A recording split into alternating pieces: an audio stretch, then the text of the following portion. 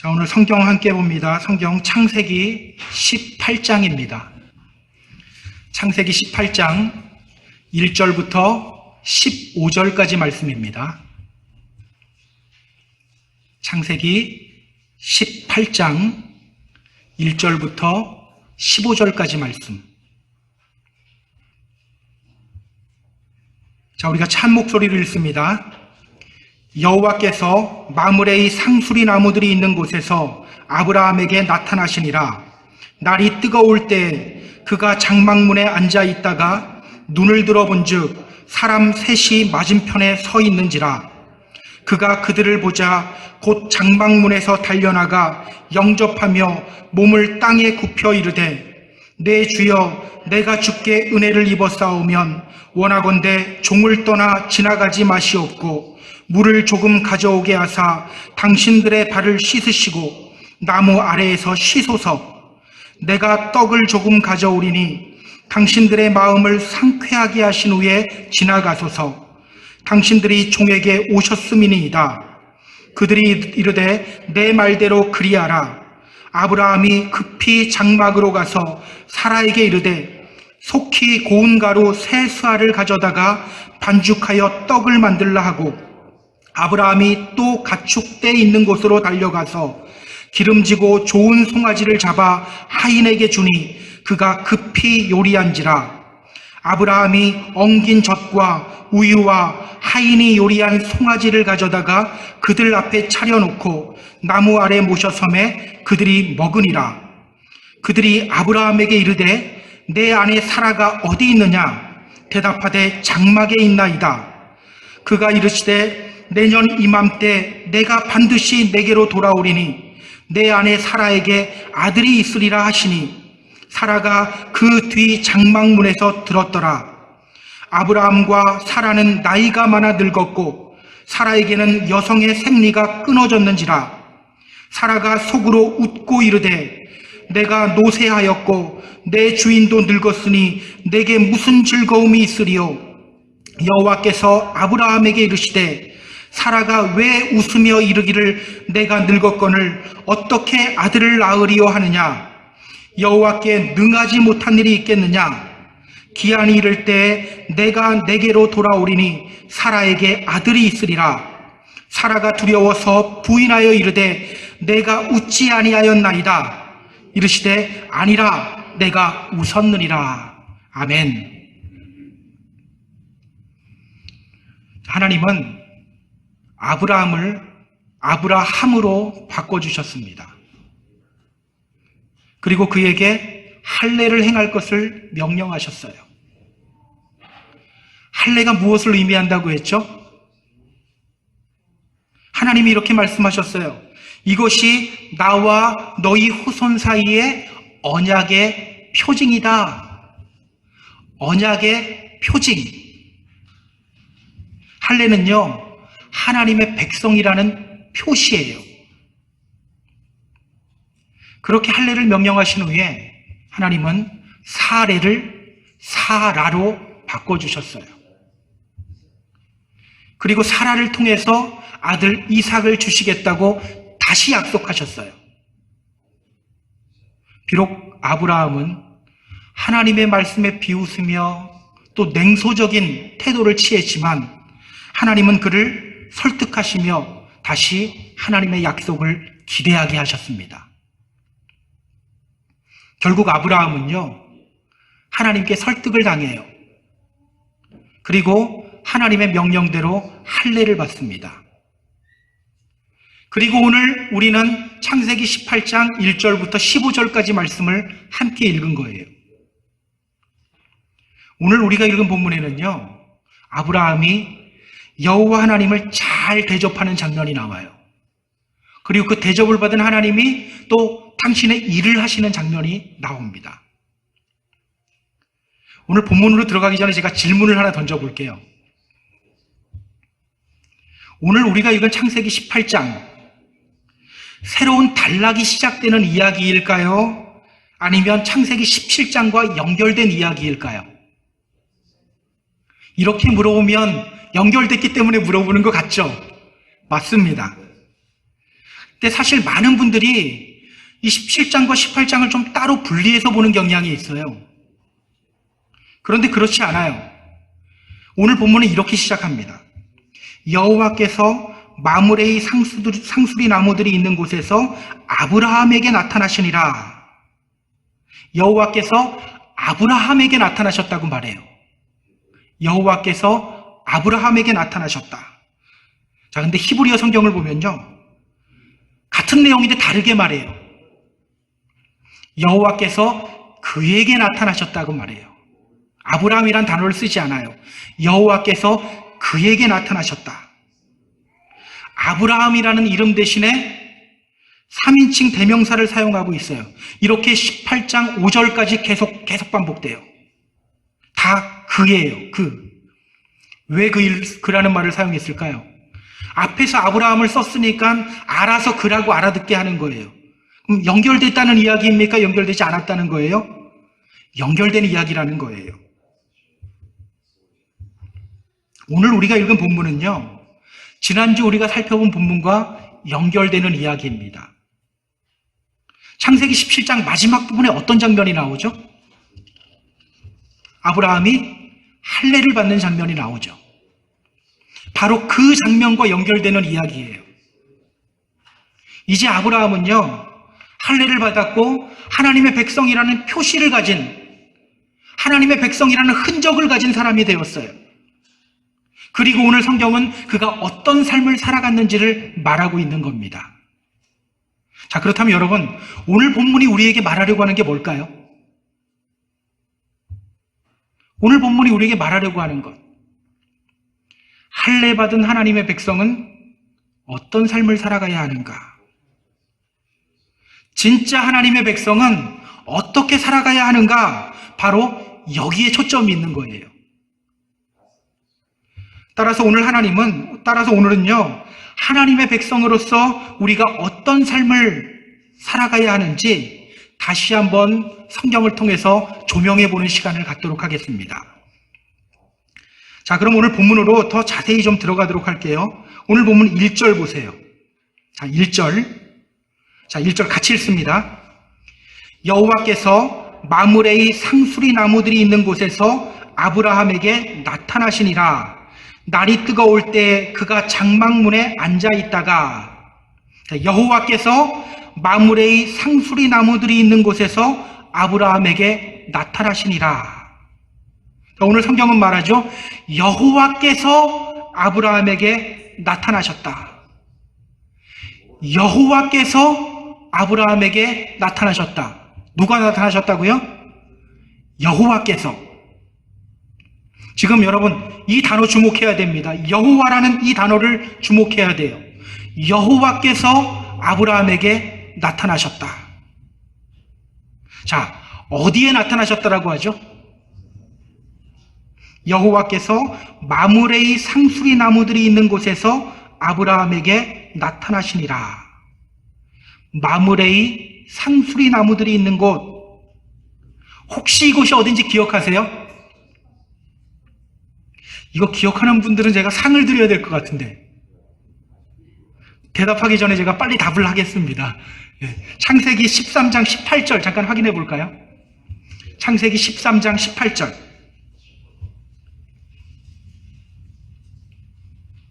자, 같이 읽습니다. 이에 아브라함이 장막을 옮겨 헤브론에 있는 마므레 상수리 수풀에 이르러 거주하며 거기서 여호와를 위하여 제단을 쌓았더라. 자, 이곳이 어떤 곳이에요? 아브라함이 롯을 떠나보낸 후에 여호와 하나님을 위하여 제단을 쌓았던 곳이에요. 바로 그곳에 하나님이 나타나신 거예요. 자, 그럼 우리 2절을 볼게요. 제가 앞부분만 좀 읽어볼게요. 눈을 들어본 즉 사람 셋이 맞은편에 서 있는지라. 눈을 들어본 즉 사람 셋이 맞은편에 서 있는지라. 지금은 가장 뜨거운 시간이에요.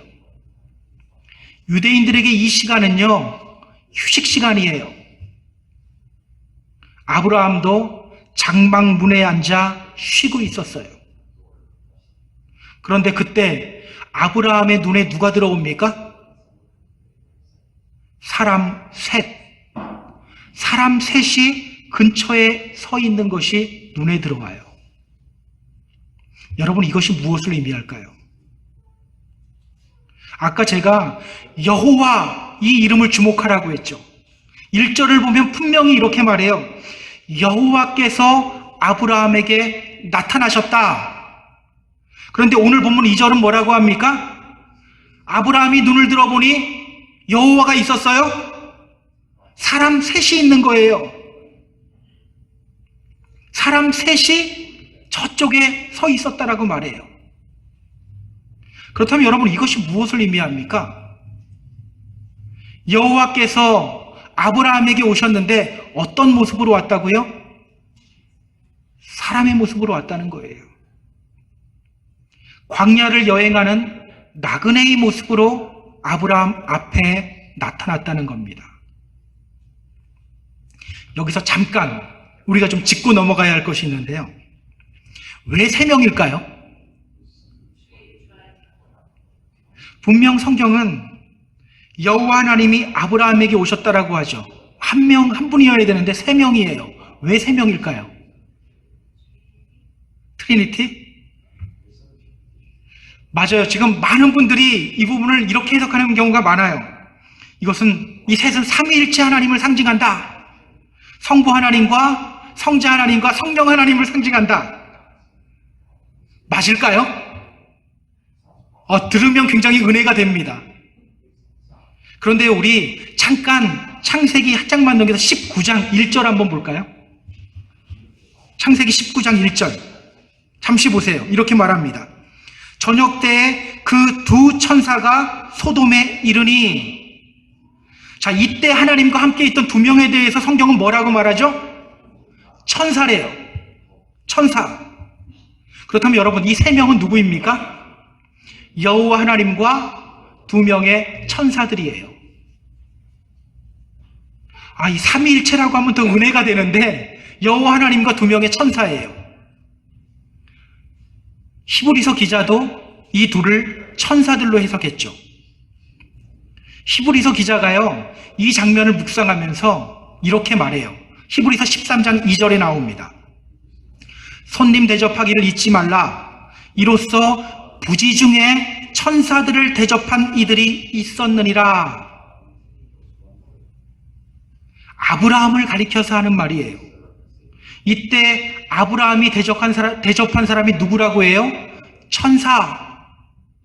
따라서 오늘 본문에 나오는 이 3명은요, 여호와 하나님과 2명의 천사들이다. 이렇게 생각하시면 됩니다. 자, 오늘 본문으로 다시 좀 돌아올게요.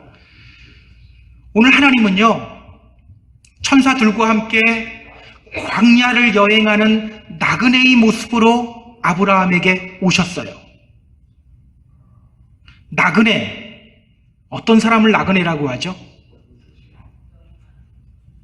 자신의 고향을 떠나 다른 곳에 잠시 머물거나 떠도는 사람을 우리는 나그네라고 합니다. 성경을 보면요, 이 나그네라는 단어가 나오면 꼭 세트로 같이 등장하는 단어들이 있어요. 어떤 단어들일까요? 고아, 과부. 신명기 24장 19절을 보면 이렇게 말해요. 너가 밭에서 곡식을 벨 때에 한 뭇을 잊어버렸거든. 그거 가지러 다시 가지 말아라. 나그네와 고아와 과부를 위하여 남겨둬라. 나그네와 고아와 과부를 위하여 남겨둬라. 나그네와 함께 어떤 단어들이 나와요? 고아, 과부. 모두 취약한 계층의 사람들이죠. 그러니까 나그네는요, 과부나 고아와 같이 가장 취약하고 도움 없이는 살아갈 수 없는 사람들이에요. 그렇다면 여러분, 오늘 여호와 하나님이 나그네의 모습으로 아브라함에게 오셨다는 것은 무엇을 의미합니까? 오늘 하나님이 아브라함에게 올 때 권위 있고 위험 있는 모습으로 오지 않았다는 거예요. 처량하고 불쌍하고 옷도 다 해지고 몸에서는 땀 냄새가 나는 그런 지저분한 모습으로 아브라함에게 오셨다라는 거예요. 기억하세요. 때로 하나님은 이러한 모습으로 우리에게 오십니다. 때로가 아니에요. 종종 오셔요. 자, 오늘 아브라함이 이 나그네들을 어떻게 대접하는지 우리 같이 확인해 보죠. 자, 2절 중반부서부터 8절까지입니다. 그가 그들을 보자. 여기서부터 우리 같이 읽을게요. 자, 시작.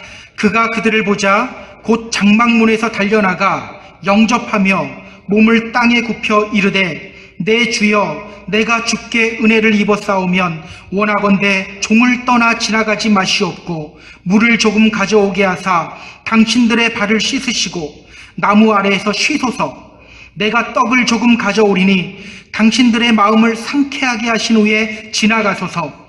당신들이 종에게 오셨음이니이다. 그들이 이르되 내 말대로 그리하라.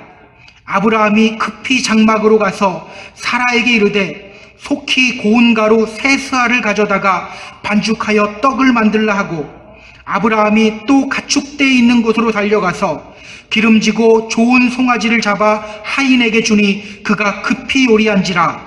아브라함이 엉긴 젖과 우유와 하인이 요리한 송아지를 가져다가 그들 앞에 차려놓고 나무 아래 모셔 섬에 그들이 먹으니라. 오늘 아브라함은요, 이 나그네들을 보자마자 그들을 향해 달려가요.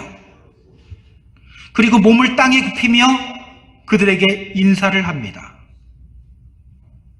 물을 가져다가 발을 씻게 하고 또 나무 아래에서 쉬게 해요. 또 아내에게 고운 가루, 최상급, 그냥 밀가루라고 할게요. 최상급 밀가루 세 스아를 가져다가 반죽하여 떡을 만들게 해요. 또 좋은 송아지를 잡아서 요리를 합니다. 이렇게 아브라함은요, 이 나그네들을 극진하게 대접해요. 여러분, 이런 아브라함이 어떻게 보이세요? 지금 아브라함은요, 그들이 하나님이라는 것을 알지 못해요. 그런데 이렇게 극진히 대접합니다. 사실 오늘 아브라함의 행동은요, 이렇게 표현하는 게 맞는 것 같아요. 투마치예요. 이때는 하루 중 가장 뜨거운 때입니다. 모두가 휴식을 취하는 시간이에요. 제가 예전에 아프리카 케냐를 방문했던 적이 있거든요. 햇빛 아래에서는 정말 더워요. 그런데 그늘 아래만 들어가면 시원해져요. 이 건조한 지방이라서 그렇거든요. 지금 이곳도 그렇게 건조한 지역이에요. 지금 아브라함은요, 그늘 아래에서 달콤한 휴식을 취하고 있습니다. 그때 저쪽에 나그네들이 보인 거예요. 아마 저 같으면 속으로 이렇게 말했을 거예요. 웬만하면 그냥 지나가라. 우리 집 쪽 보지도 말고 그냥 지나가라. 속으로 제가 생각해보니까 이러고 있을 것 같더라고요.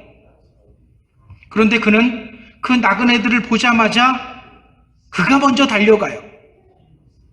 나그네들을 향해 그가 먼저 몸을 굽혀 인사를 해요. 제발 자기 집에 와서 쉬고 가라고 간청을 해요. 투마치 아닙니까? 또 고운 가루 세 스아를 가져다가 떡을 만들래요. 여러분, 세 스아면 어느 정도 양인지 아세요? 36파운드 또는 16kg 이 정도 되는 양이에요. 감이 잘 안 오죠. 저희 집에 5파운드짜리 밀가루가 있어요. 밀가루 사갖고 와라 해서 제가 가서 보니까 요만한 게 5파운드더라고요. 제가 저희 집 사람한테 물어봤어요. 여보, 이걸로 빵을 만들면 몇 개나 만들어? 저희 집 사람 반응이 어떤지 아세요? 몇 개? 많이 만든대요. 그냥 많이. 식빵으로 치면 한 50개도 만든대요. 자, 그런데 세수하면 36파운드예요. 7배가 넘어요. 엄청난 양의 떡이나 빵을 만들 수 있는 양이에요. 투마치죠? 나그네 몇 명이에요? 3명. 너무 오버 아닙니까? 또 좋은 송아지를 잡죠. 3명을 대접하기 위해 송아지를 잡는다? 이것도 투마치예요. 제가 예전에 한국에 있을 때 제가 섬기던 교회는요, 추수감사절이 되면 소를 한 마리 잡았어요. 소를 잡아서 국밥을 만들었습니다. 그리고 전 교인이 다 국밥을 함께 먹었어요. 여러분, 그 교회는 작은 교회가 아니었어요. 서울 목동에 자리 잡고 있는 꽤 큰 교회였어요. 그런데도 소 한 마리로 전 교인이 다 먹어요. 오늘 아브라함은 3명을 대접하기 위해서 송아지를 잡은 거예요. 너무 오버하고 있는 것 같다는 생각 들지 않습니까? 이건 3명을 대접하는 것이 아니라 온 동네 잔치 벌이는 거예요. 처음에는 이렇게 생각했어요. 아브라함 지가 먹고 싶었나? 왜냐면 항상 제가 그렇거든요. 근데 이거는 그냥 먹고 싶은 정도가 아니라 잔치 벌이는 거예요. 여러분은 이런 아브라함이 어떻게 보입니까? 이런 아브라함을 보면서 이런 생각이 들기도 해요. 혹시 아브라함이 이 나그네들이 하나님과 2명의 천사라는 것을 알았던 건 아닐까? 혹시 알았던 건 아닐까? 그렇게 보이지 않습니까? 오늘 아브라함의 행동을 보면요, 이 나그네들이 하나님과 2명의 천사라는 것을 알지 않으면 이렇게 할 수가 없는 행동들이에요. 그렇다면 여러분, 알았을까요? 알았을까요? 자, 성경은 뭐라고 하는지, 아까 제가 히브리서 13장 2절을 이야기했는데요.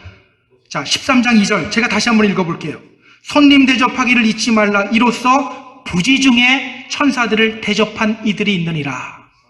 부지 중에 천사를 대접한 이들이 있다. 자, 롤드라고 하는 표현은요, 하나님을 향해서도 아도나이, 롤드라고 하지만 사람을 향해서도 할 때가 있어요. 나보다 높은 사람을 향해서 주여라고 표현할 때가 있어요. 자, 성경은 뭐라고 말합니까? 부지 중에 천사들을 대접했대요. 아브라함이 알고 있었다는 거예요? 모르고 있었다는 거예요?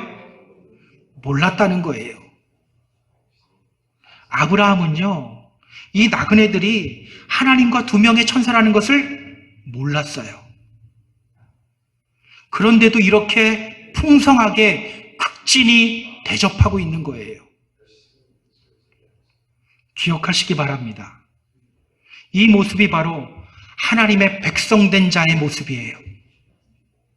이 모습이 바로 할례받은, 마음의 할례를 받은 그리스도인의 모습이 되어야 합니다. 신명기 10장 18절을 보면요, 우리 하나님을 이렇게 묘사해요. 하나님은 고아와 과부를 위하여 정의를 행하시며 나그네를 사랑하여 그에게 떡과 옷을 주시는 분이시다. 하나님은 고아와 과부를 위하여 정의를 행하시며 나그네를 사랑하여 그에게 떡과 옷을 주시는 분이시다. 우리 하나님이 이런 분이시래요. 그리고 그 다음 절에서 성경은 그러한 하나님을 믿는 하나님의 백성들이 어떻게 살아가야 하는지를 말합니다. 너희는 나그네를 사랑하라. 전에 너희도 애굽 땅에서 나그네 되었음이니라. 너희는 나그네를 사랑하라. 나그네를 사랑하래요. 왜? 전에 이스라엘 사람들도 애굽에서 나그네였었기 때문에. 하나님은요, 나그네였던 이스라엘 민족을 사랑하셨고 은혜를 베풀어 주셨고 애굽으로부터 출애굽을 시켜주셨어요. 때문에 하나님의 백성들도 나그네를 사랑해야 된다는 거예요. 섬겨야 된다는 거예요. 그렇다면 여러분, 하나님은 나그네를 사랑하시는 분이세요. 우리는 나그네입니까? 우리 나그네일까요? 자, 우리 성경을 좀 찾아볼게요. 우리가 나그네라는 걸 좀 확실하게 알아야죠. 베드로전서 1장 1절 2절 다 찾으세요. 베드로전서 1장 1절 2절. 성경 가지신 분들은 제 성경으로는 신약 377페이지입니다. 베드로전서 1장 1절 2절 말씀. 자, 우리 같이 읽어볼까요? 예수 그리스도의 사도 베드로는 본도, 갈라디아, 갑바도기아, 아시아와 비두니아에 흩어진 나그네, 곧 하나님 아버지의 미리 하심을 따라 성령의 거룩하게 하심으로 순종함과 예수 그리스도의 피 뿌림을 얻기 위하여 택하심을 입은 자들에게 편지하노니 은혜와 평강이 너희에게 더욱 많을지어다. 자, 우리 믿음의 성도들 향해 뭐라고 말해요? 세상에 흩어진 나그네들. 세상에 흩어진 나그네들. 1장 17절도 한번 볼까요? 쭉 내려가서 1장 17절 이렇게 말하죠. 외모로 보지 않고 각 사람의 행위대로 판단하시는 자를 너희가 아버지라고 부른즉 너희의 나그네로 있을 때를 두려움으로 지내라. 나그네. 맞아요. 우리는 나그네예요. 우리가 부르는 찬송 중에 이런 찬송이 있죠. 잠시 세상에 내가 살면서 항상 찬송 부르다가 날이 저물어 오라 하시면 영광 중에 나아가리. 열린 천국문 내가 들어가 세상 짐을 내려놓고 빛난 면류관 받아 쓰고서 주와 함께 다스리리. 이 땅은요, 우리가 영원히 살 곳이 아니에요. 여러분, 제발 부탁하는데요. 이 땅이 영원할 것처럼 살아가지 마세요. 믿는 사람이나 믿지 않는 사람이나 이 땅은 영원한 곳이 아니에요. 그러니 우리 모두는 이 땅에서 나그네입니다. 성경뿐만 아니라 세상 노래도 나그네라고 하더라고요. 인생은 나그네 길, 어디서 왔다가 어디로 가느냐. 노래까지는 하지 않겠습니다. 여러분 기억하세요. 우리는 나그네예요. 그리고 그렇게 나그네인 우리들을 하나님이 사랑하셨고 은혜 베풀어 주셨어요. 나그네인 우리들을 구원해 주셨어요. 나그네인 우리들을 위해 지금 이 시간에도 일하시고 계셔요. 때문에 우리도 나그네된 사람들을 위해 일할 수 있어야 합니다. 도움이 필요한 자들, 가엾은 자들을 사랑하고 품어주고 섬겨야 돼요. 그러나 여러분 오해하지 마세요. 남들 도와주는 일은 좋은 일이야. 그렇기 때문에 해야 되는 거야. 이런 의도로 말하는 게 아니에요. 성경은 그 의도로 말하지 않아요. 성경은요, 나그네된 자를 섬기는 일이 바로 주님 섬기는 일이라고 말합니다. 나그네를 섬기는 일이 바로 주님을 섬기는 일이다. 마태복음 25장을 보면요, 마지막 날 주님이 오셔서 양과 염소를 각각 오른편과 왼편으로 나눠요. 그리고 오른편에 있는 자들을 향해 주님이 말씀하시죠. 너희는 내가 줄일 때 너희가 먹을 것을 주었고, 목마를 때 마시게 하였고, 나그네 되었을 때 영접하였고, 벗었을 때 옷을 입혔고, 병들었을 때 돌아보았고, 옥에 갇혔을 때 와서 보았다. 자, 그러자 그들이 어떤 반응을 보여요? 어리둥절해져요. 제가요? 제가 그랬다고요? 주님, 우리가 언제 그렇게 했습니까? 그때 주님이 말씀하시죠. 내가 진실로 너희에게 이르노니 너희가 여기 내 형제 중에 지극히 작은 자 하나에게 한 것이 곧 내게 한 것이다. 이렇게 성경은요, 우리에게 나그네의 모습으로 다가오는 사람들 섬기는 일이 바로 주님을 섬기는 일이라고 말합니다. 어려운 사람들 돕는 일이 어떤 일이라고요? 주님 돕는 일이라는 거예요. 옆집에 내가 반찬을 갖다 줬어요. 그 일이 어떤 일이라고요? 왜 대답을 못합니까? 주님 섬기는 일이라고요. 그분이 주님이라고 이야기하는 거 아닙니다. 그 일 자체가 주님을 섬기는 일이라고 말하는 거예요.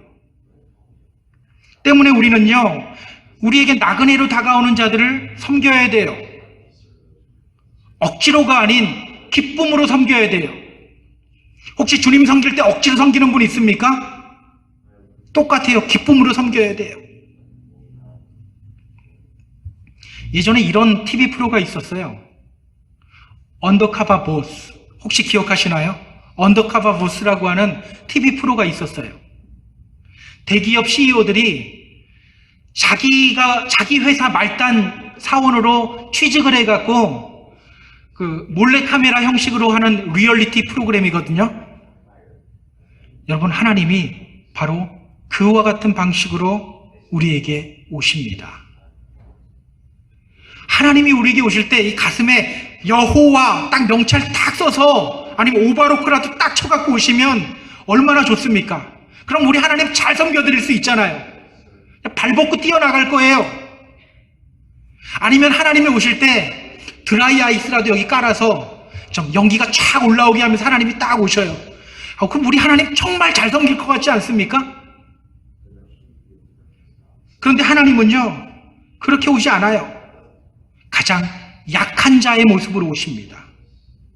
가난하고 도움이 필요한 사람의 모습으로 우리에게 오셔요. 때로는 내 성질을 건드리는 사람으로 올 때도 있고요. 때로는 매우 성가신 사람의 모습으로 올 때도 있어요.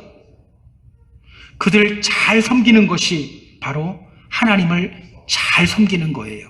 그 사람이 바로 할례 받은 하나님의 백성이에요. 여러분, 그거 아세요? 우리 믿음은요, 우리가 생각하는 것보다 훨씬 더 많이 다른 사람들과 밀접하게 연결되어 있어요. 이 말은 뭐냐면요, 하나님 대하는 것 따로, 사람 대하는 것 따로 이게 될 수 없다는 거예요. 요한일서 3장 17절은 말해요. 누가 이 세상의 재물을 가지고 형제의 궁핍함을 보고도 도와줄 마음을 닫으면 하나님의 사랑이 어찌 그 속에 거하겠느냐? 다른 사람에 대한 사랑과 섬김이 없으면서 하나님 사랑한다고 고백하는 것 가능한 일이다, 불가능한 일이다? 불가능한 일이다. 우리는 이걸 하더라고요. 이 불가능한 일을 우리가 할 때가 있어요. 여러분, 이게 자랑스러운 거 아닙니다. 우리는 말도 안 되는 걸 해내는 거예요. 야고보서 1장 27절 역시 이렇게 말해요. 하나님 아버지 앞에서 정결하고 더러움이 없는 경건은 곧 고아와 과부를 그 환난 중에 돌보고 또 자기를 지켜 새 속에 물들지 아니하는 그것이니라. 여러분, 우리는 정결하고 경건하면 주여 기도하는 것, 이거 생각하는데 뭐라고 말해요? 무엇이 정결하고 더러움이 없는 경건이라고 말합니까? 약한 사람 돌보는 것. 이것이 바로 청결한 삶이고 이것이 바로 경건한 삶이라고 말하고 있어요. 저는 오늘 하나님을 섬기는 것이 과연 무엇인지 좀 명확한 깨달음을 얻는 저와 여러분이 되었으면 좋겠어요. 여러분, 이것을 알면요, 만약에 교회 홈리스들이 왔다, 그들을 대하는 우리의 자세부터 달라져요. 주일 식사를 준비하는 우리 마음 자세도 달라져요.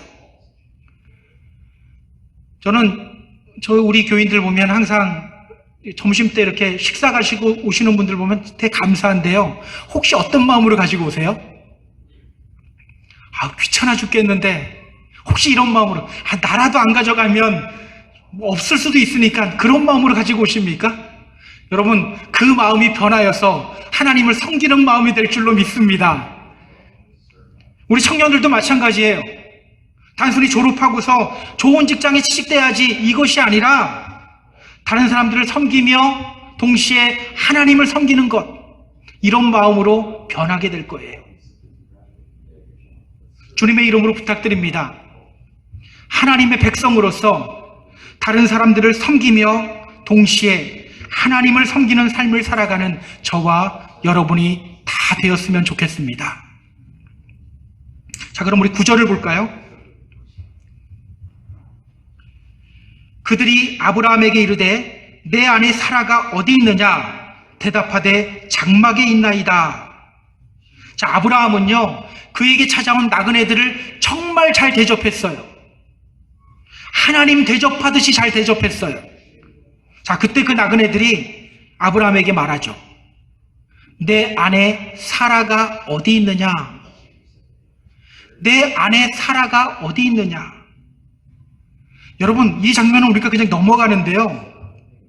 여러분이 한번 아브라함의 입장이 되어서 한번 이 장면을 생각해 보세요. 이때는 사라가 된 지 얼마 되지 않은 시점이에요. 누가 사라 이름을 지어줬습니까? 하나님이. 그냥 지나가는 나그네들이라면 알 수 있는 이름이 아니에요. 그런데 그 나그네들이 아브라함에게 묻는 거예요. 내 아내 사라가 어디 있느냐? 아마 이때 아브라함은 알았을 거예요. 아, 하나님이시구나. 하나님이시구나. 그러니까 이 질문을 통해서 하나님은 자신이 바로 여호와 하나님이라는 사실을 드러내고 있는 거예요. 드러내셨으면 뭐 해야 됩니까? 이제 일하셔야죠. 자, 이렇게 자신을 드러낸 하나님이 이제 당신의 일을 하시기 시작해요. 자, 10절 보세요. 10절. 그가 이르시되 내년 이맘때 내가 반드시 내게로 돌아오리니 내 아내 사라에게 아들이 있으리라 하시니 사라가 그 뒤 장막문에서 들었더라. 자, 오늘 하나님은 말씀하십니다. 내년 이맘때면 내가 반드시 너에게 돌아올 거야. 너 아내 사라가 아들을 낳게 될 거야. 너 아내 사라가 내년 이맘때 아들을 낳을 거야. 여러분, 분명히 하나님은 거의 얼마 전도 아니에요. 창세기 17장에서 아브라함에게 오셔서 사라가 아들을 낳을 거라고 말씀하셨어요. 지난주 우리가 들었죠? 분명히 말씀하셨어요. 그런데 오늘 하나님은 또 오셔서 말씀하셔요. 내년 이맘때 사라가 아들을 낳을 거야. 여러분, 누구 들으라고 하는 말씀일까요? 자, 오늘 성경 보면 말하죠.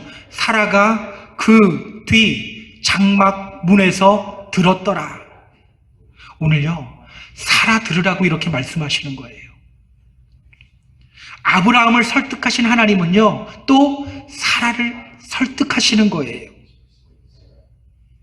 왜 사라를 설득할까? 사라가 어떤 상태인지 우리 한번 보죠. 11절, 12절 보세요.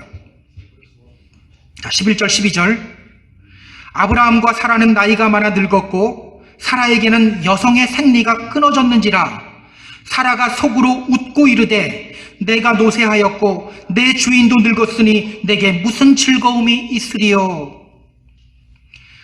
너 아내 사라에게 아들이 있으리라. 이 말을 사라가 듣죠. 듣고 어떤 반응을 보입니까? 어떤 반응을 보여요? 비웃죠. 아브라함과 사라는 이미 늙었고 자신도 여성의 생리가 이미 끊어진 상태인데 무슨 아들이야? 비웃어요. 어디서 봤던 장면 아닌가요? 어디서 봤던 장면이죠? 지난주일에 우리가 봤던 장면과 똑같잖아요. 그냥 오버랩이 되는 장면이에요.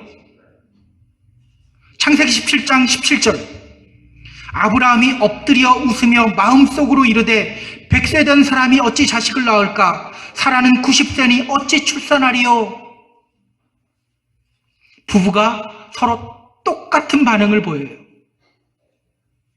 아브라함은요, 고개를 땅에 받고 웃었어요. 그리고 사라는요, 장막 뒤에서 비웃었어요. 다 얘기해요. 똑같아서. 때문에 오늘 하나님은 아브라함을 설득하셨던 것 같이 사라도 똑같이 설득하시는 거예요. 사실 전에 하나님의 약속을 기다리지 못하고 하갈을 통해 이스마엘을 낳았던 것은요, 아브라함의 실수도 있었지만 사라의 불신앙의 원인도 굉장히 컸어요.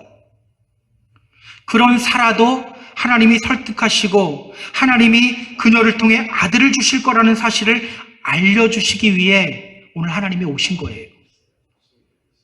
자, 그럼 우리 13절, 14절 볼게요. 13절, 14절. 우리 같이 읽습니다.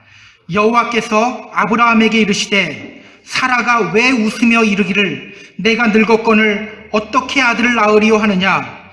여호와께 능하지 못한 일이 있겠느냐? 기한이 이를 때에 내가 내게로 돌아오리니 사라에게 아들이 있으리라. 자, 오늘 하나님이 말씀하시죠. 사라가 왜 내 말에 비웃고 있지? 여호와께 능하지 못할 일이 있겠느냐? 사라가 반드시 아들을 낳을 거야. 그리고 그녀의 불신앙을 탁 집어줘요.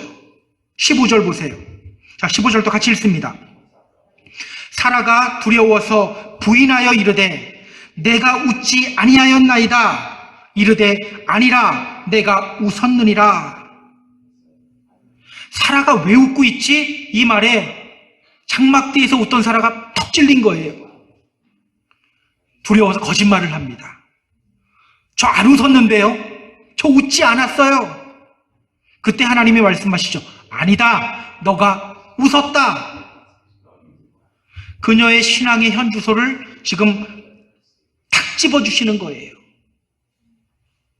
여러분, 그렇다고 이게 단순히 책망하기 위함이 아닙니다. 책망하기 위함이 아니라는 걸 뭐를 보면 아냐면요, 나중에 아들을 낳고 사라가 어떤 고백을 하죠? 야, 내가 나이가 많았는데 내가 아이를 낳았어. 이렇게 이야기하나요? 우리 창세기 21장 6절 한번 보세요. 창세기 21장 6절 같이 읽습니다. 사라가 이르되 하나님이 나를 웃게 하시니 듣는 자가 다 나와 함께 웃으리로다. 하나님이 나를 웃게 하신다. 내가 나이 들었는데 내가 아들을 낳아서 나 잘했지, 이렇게 말하는 게 아니라 어떻게 말해요? 하나님이 나를 웃게 하신다. 말씀에 비웃던 그녀가 이렇게 고백하는 거예요. 하나님이 나를 웃게 하신다.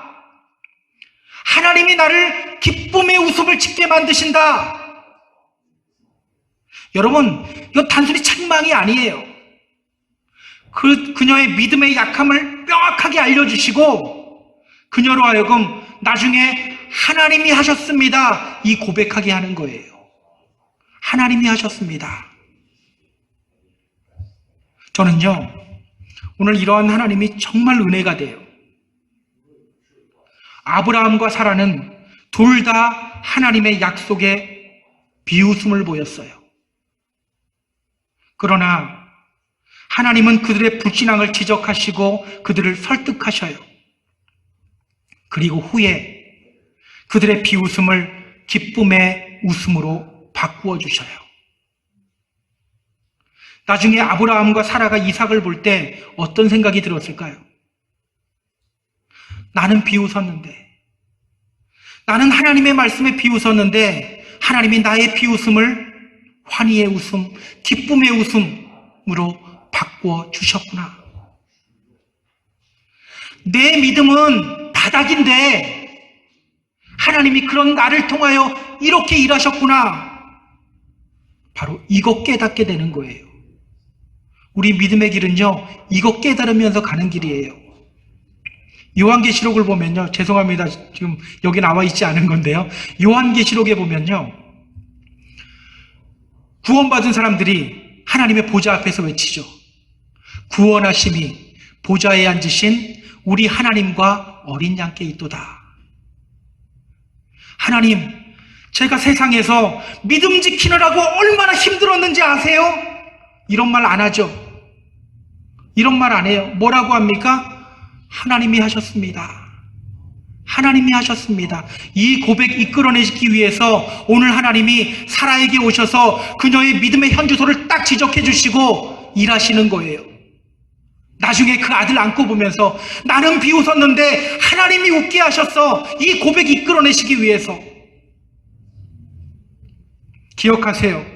우리 하나님은요, 우리의 완전하지 못한 믿음까지도 감사로 바꿔주시는 분이십니다.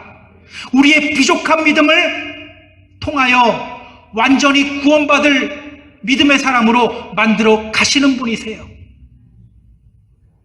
꼭 기억하시기 바랍니다. 자, 이제 말씀을 정리할게요. 우리 사랑하는 펜사콜라 한인교회 성도 여러분, 오늘 여러분에게 나그네로 찾아온 사람은 누구입니까? 오늘 여러분에게 나그네는 누구입니까? 진정한 하나님의 백성은 그 사람들을 사랑하고 섬겨줍니다. 그들을 섬기고 사랑하시기 바랍니다.